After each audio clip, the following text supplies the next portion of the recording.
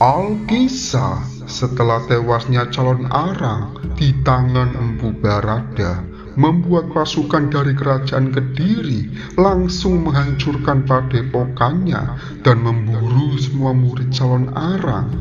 Semua itu bertujuan agar ilmu hitam calon Arang benar-benar hilang dari muka bumi dan tidak akan ada lagi yang bisa mewarisinya.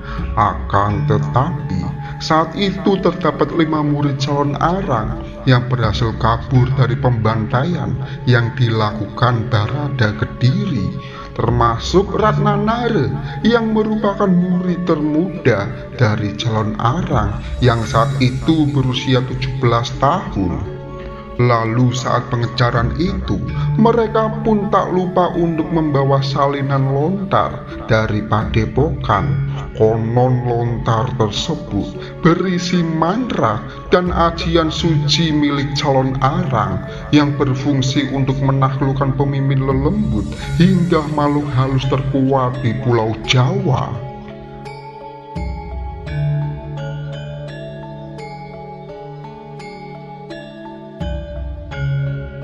Dan setelah berhasil kabur dari kerajaan prajurit Kediri, mereka berlima berlari melintasi berbagai penjuru Pulau Jawa, dari Gunung Kawi hingga Gunung Bromo. Namun setelah berada di ujung Pulau Jawa, saat itu keempat kakak seperguruannya memutuskan untuk melanjutkan perlariannya dengan menyeberang ke Pulau Bali. Namun tidak dengan Ratnanare, ia lebih memilih untuk tetap bersembunyi di Pulau Jawa sebab dia berkeinginan untuk kembali menghidupkan ajaran calon Arang lewat salinan lontar yang ia miliki. Dan setelah mendengar keputusan Ratnanare, membuat mereka berempat tidak bisa berbuat banyak. Dan dari ujung Pulau Jawa itulah kelima murid calon Arang itu berpisah.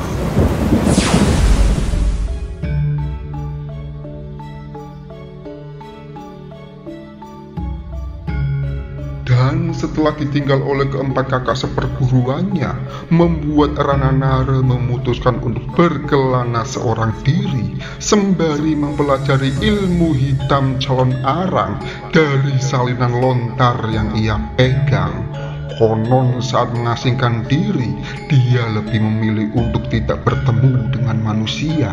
Ia lebih memilih bersembunyi di hutan untuk memperkuat ilmu kanuragan serta menaklukkan semua lelembut yang ada di hutan Pulau Jawa. Hingga tak terasa, ternyata sudah 300 tahun ia berkelana. Namun saat itu tubuh Ratnanare tidak menunjukkan penuaan sama sekali, sebab semua itu bisa terjadi karena energi ilmu hitam yang ia serap dari lontar sang guru, yaitu calon Arang.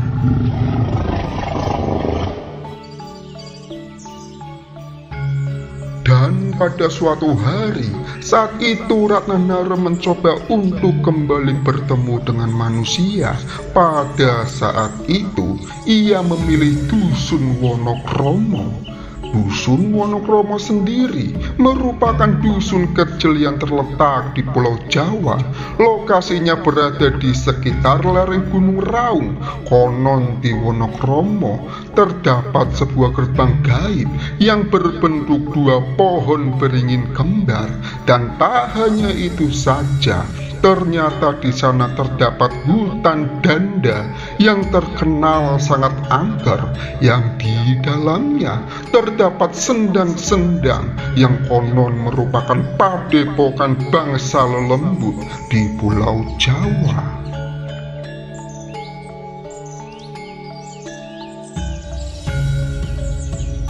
Lalu saat menyusuri dusun itu, ia pun memutuskan untuk beristirahat sejenak dan sembari melihat aktivitas warga setempat. Namun saat beristirahat, ternyata ia didatangi oleh Macan Sigap yang tak lain merupakan pemimpin di Dusun Wonokromo. Macan Sigep sendiri terkenal sebagai pemimpin yang cabul. Ia suka meniduri wanita yang ada di dusun itu.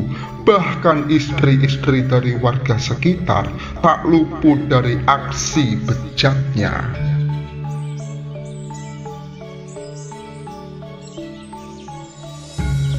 Dan saat menghampiri Ratnanare, Macan Sigep pun seketika langsung terpesona dengan kecantikan Ratnanare, dan di dalam otaknya langsung memiliki keinginan jahat.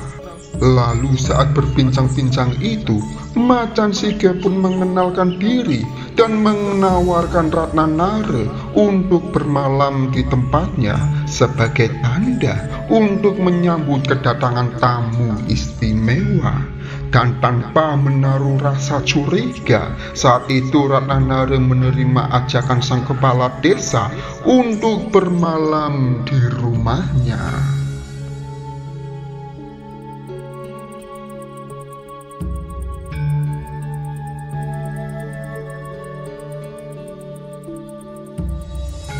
Dan saat malam hari menjelang, akhirnya Macan Sigep mulai melancarkan aksi bejatnya. Ia pun mulai mengendap-endap ke kamar Ratnanare. Lalu saat di depan kamar, nafsu birahinya pun langsung memuncak ketika ia melihat Ratnanare saat sedang tertidur lelap. Dan tak menunggu waktu lama, ia pun langsung melangkahkan kakinya ke kamar Ratnanare. Akan tetapi takdir berkata lain, sebab saat ia memasuki kamar, tiba-tiba tubuh Macan Sigep langsung terpental dan membuat rumahnya hancur lebur, hingga sampai membuat ia harus meregang nyawa seketika. Dan usut punya usut, ternyata hal tersebut terjadi karena Ratnanare sudah memagari kamarnya dengan mantra-mantra sakti.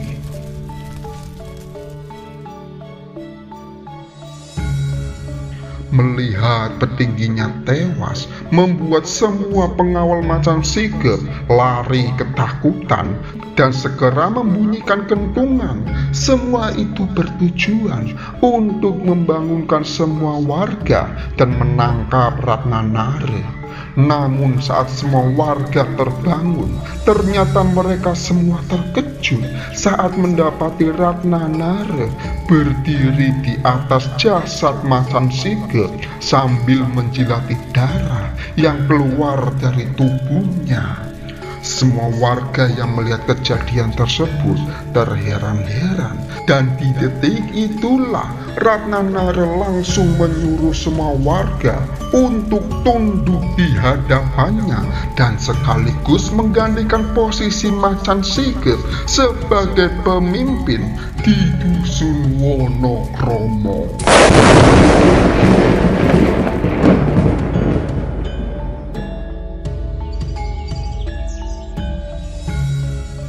Dan setelah Ratnanare menjadi pemimpin di dusun Wonokromo, tidak membuat dusun itu menjadi dusun yang tentram. Malahan dusun Wonokromo semakin suram di bawah kepemimpinan Ratnanare. Sebab saat menjadi seorang pemimpin, Ratnanare seringkali bertindak semena-mena dengan kesaktian yang dia miliki. Bahkan ia memaksa semua wanita yang ada di desa itu untuk dijadikan murid, dan jika ada yang menentang, ia tidak segan-segan untuk menghabisinya.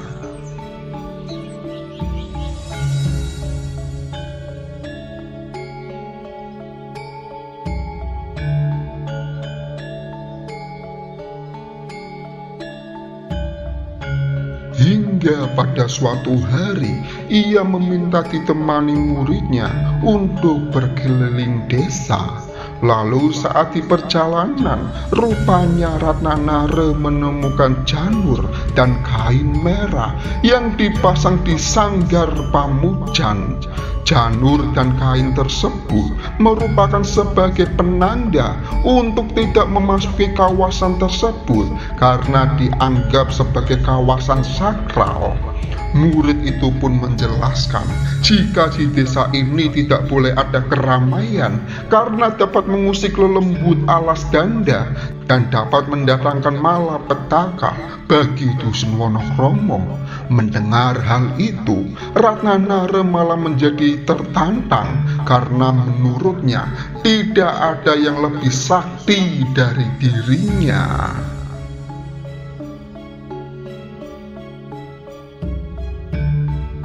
Hingga pada suatu malam, rupanya Ratnanare benar-benar menantang bangsa lelembut dengan menyelenggarakan acara tari yang ditabuhi alunan musik untuk mengundang keberadaan lembut dari hutan Danda. Semua itu bertujuan untuk menarik semua lelembut dari hutan itu dan nantinya akan dia serap energinya hingga membuatnya menjadi semakin kuat. Para warga Wonokromo pun tidak bisa berbuat banyak. Mereka semua merasa takut dengan kekuatan Ratnanare dan terpaksa ikut serta dalam pertunjukan. Mereka semua menyampaikan pesan leluhur untuk tidak boleh mengadakan seni tari di dusun Wonokromo, sebab itu bisa mendatangkan malapetaka. Hingga tak lama kemudian, ternyata jin-jin alas Danda semua datang dan mulai merasuki penari serta semua warga yang ada di seluruh kawasan Wonokromo tak luput dari sasaran demit hutan Danda.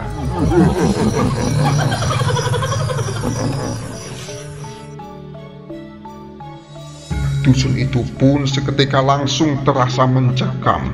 Tarian dan gerakan tarian yang membahayakan penari tidak membuat Ratnanare menghentikan pertunjukan. Malahan dia semakin bangga dan langsung menyerap energi lelembut yang sudah merasuki warga Wonokromo. Hingga tak disangka, ternyata pertunjukan itu menarik beberapa pasukan dari kerajaan pantai selatan. Ratnanare pun langsung merasa kegirangan dengan kedatangan lelembut dari pantai selatan, sebab bangsa lelembut dari pantai selatan mempunyai energi yang terbaik dari lelembut lain, sehingga dia memutuskan untuk memperkuat dan membelenggu prajurit pantai selatan yang telah merasuki penari agar mereka tidak bisa keluar lagi dari tubuh yang mereka rasuki.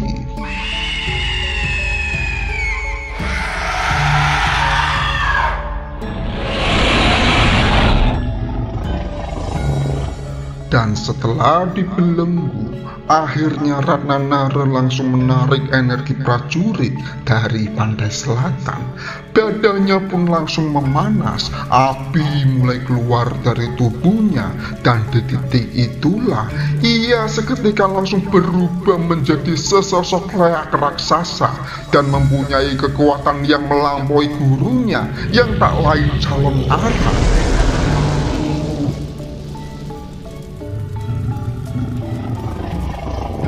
Namun saat itu, rupanya samar-samar ia melihat seorang wanita bermahkotakan emas bertubuh setengah ular dengan bergaun hijau yang berdiri di hadapannya.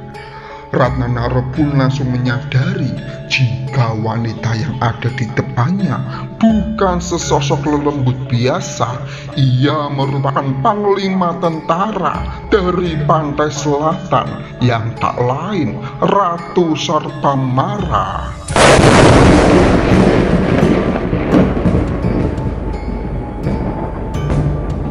Ratu itu pun langsung menatap murka dengan kelakuan Ratnanare yang menyerap energi pasukannya.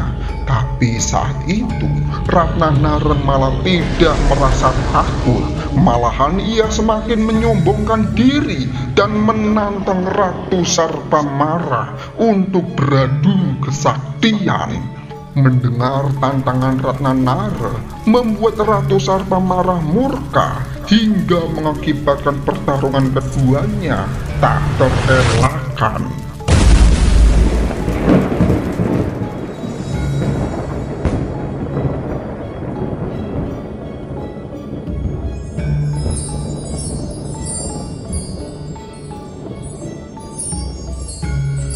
Malam yang sebelumnya sudah mencekam, seketika langsung bertambah bergejolak saat mereka berdua beradu kesaktian.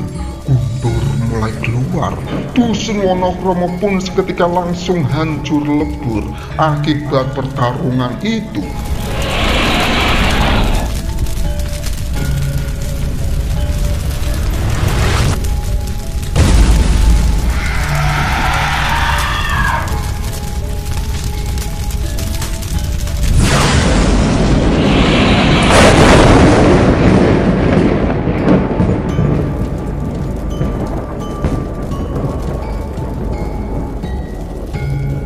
Namun saat itu, Ratnanara merasa kewalahan saat menghadapi Ratu Sarpamara, sebab ia lupa jika yang ia hadapi merupakan salah satu panglima perang dari pantai selatan.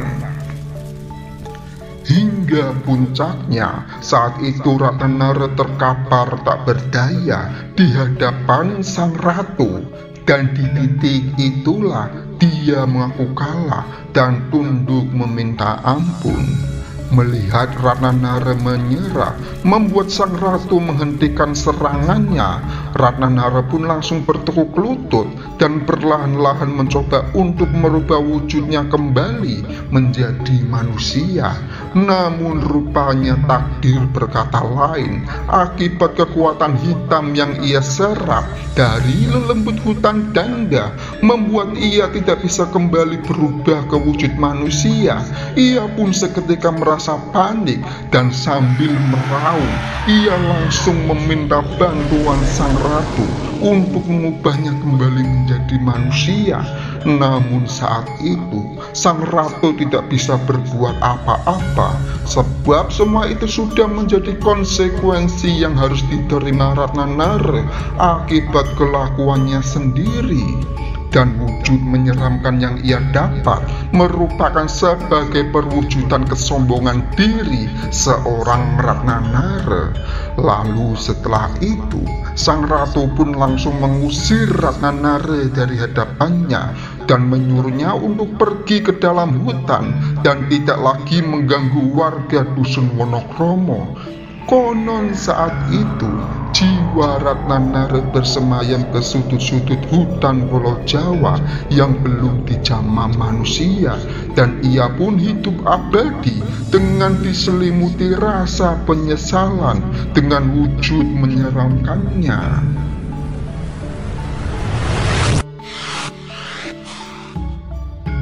Dan setelah Ratnanara pergi di dalam kegelapan hutan, tugas Ratu Sarpamara pun belum usai. Ia harus menyadarkan semua warga Wonokromo yang saat itu masih dirasuki lelembut dari hutan Danda. Namun saat mereka semua berhasil disadarkan, ternyata ada satu lelembut yang tidak mau keluar dari tubuh seorang gadis muda. Lelembut tersebut tak lain merupakan anak buahnya sendiri yang bernama Badarawuhi.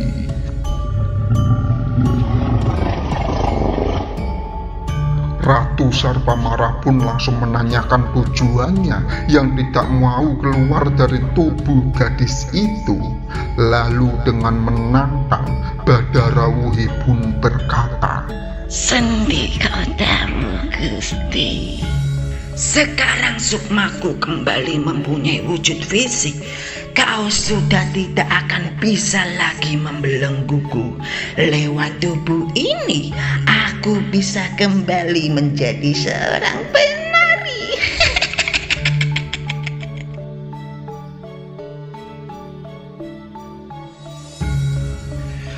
Mendengar ucapan tersebut membuat Ratu Sarpamara langsung mengingat akan asal-usul Badarawuhi yang merupakan seorang penari saat dia masih hidup sebagai manusia.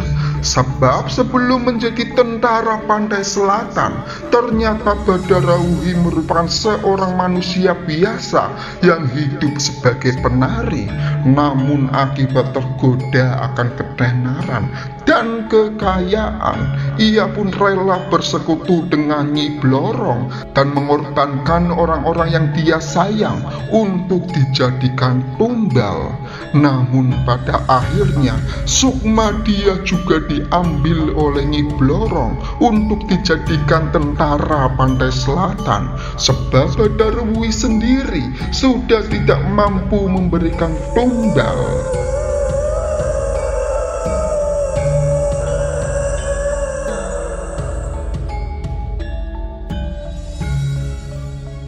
Lalu setelah mengingat itu, Ratu Sarpamara pun kembali menyuruh Badarawuhi untuk keluar dari tubuh gadis itu.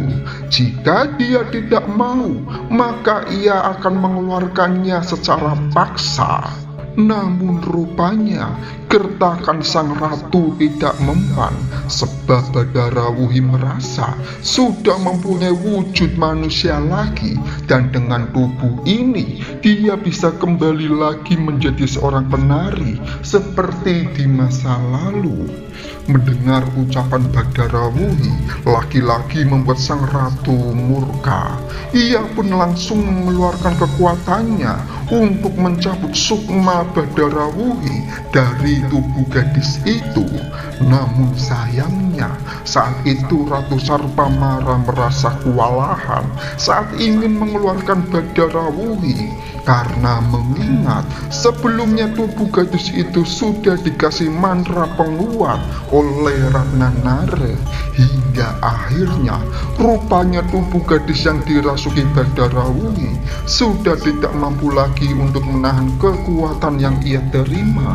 Ia pun langsung meronta kesakitan dan menangis minta ampun. Melihat gadis yang dirasuki Badarawuhi makin tersiksa, membuat Ratu Sarpamara semakin tidak tega. Lalu sambil meminta maaf, sang ratu pun mengambil keputusan yang sangat berat, yaitu dengan menghancurkan tubuh gadis itu sampai ia tewas seketika.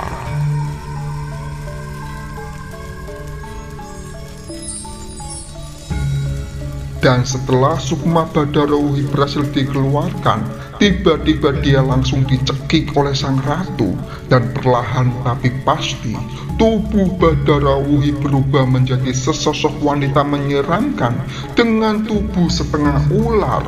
Lalu setelah itu sang ratu pun mengatakan jika Badarawuhi sudah tidak layak lagi untuk dijadikan bala tentara Pantai Selatan, dan mulai saat itu dia langsung dibuang oleh sang ratu dan hanya bisa menjadi lelembut golongan bawah yang hanya bisa menghasut manusia berjiwa lemah. Dan tak hanya itu saja, rupanya sang ratu pun mengutuk Badarawuhi untuk menjadi dawu atau penari di alam gaib sampai di hari akhir nanti.